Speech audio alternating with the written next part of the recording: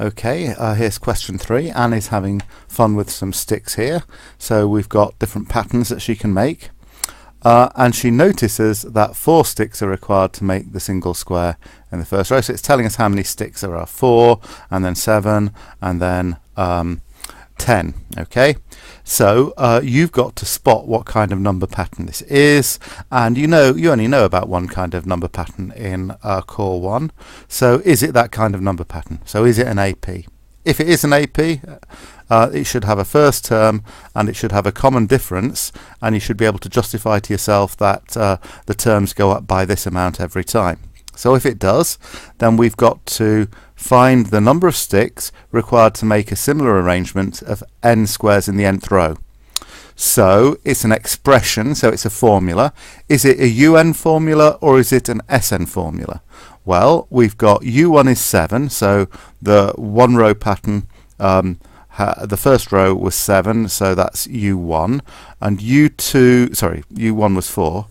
The 7 in the second row is U2, so the third row, the number of sticks there is U3, and that's 10. So the number of sticks we need on the nth row, you've got to decide whether that's UN or SN.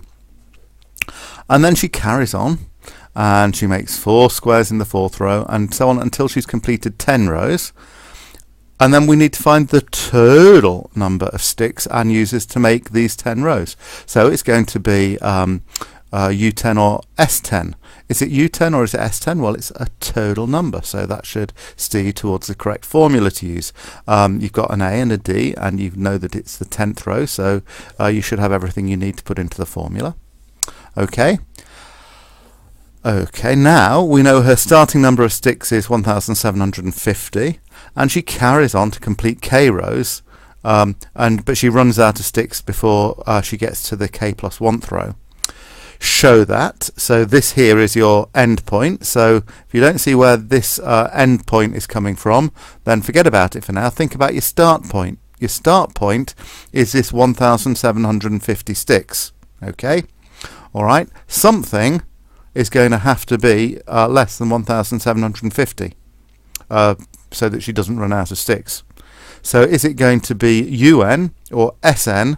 Okay, that has to be less than that. Well, so are we interested in the total number of sticks used being less than 1,750, or just the number of sticks on the kth row being less than that? So it'll either be a UN or an SN that's less than that. So quote the right formula. Put in your values of A and D that you got ages ago. All right, and for N, okay, we have gone up to the kth row, so we're taking N to equal K. So put in A, put D in, put K into the correct formula, put less than 1,750, okay, simplify it and factorize, okay, and you should get to this answer, but don't expect to see where the answer is coming from straight away. And then we've got to find the value of K.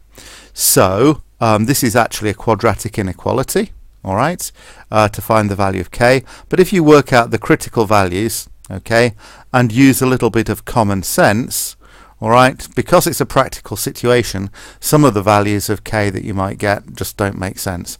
You may have to round a value. In fact, we're expecting that. So she makes K rows, maybe using less than this number of stick, and all we know is she then doesn't have enough to make the K plus 1th one, so it won't probably be an exact value of K that you get. You'll have to round it appropriately, so you decide whether you need to round up or down to get the right value. Okay, hope that helps.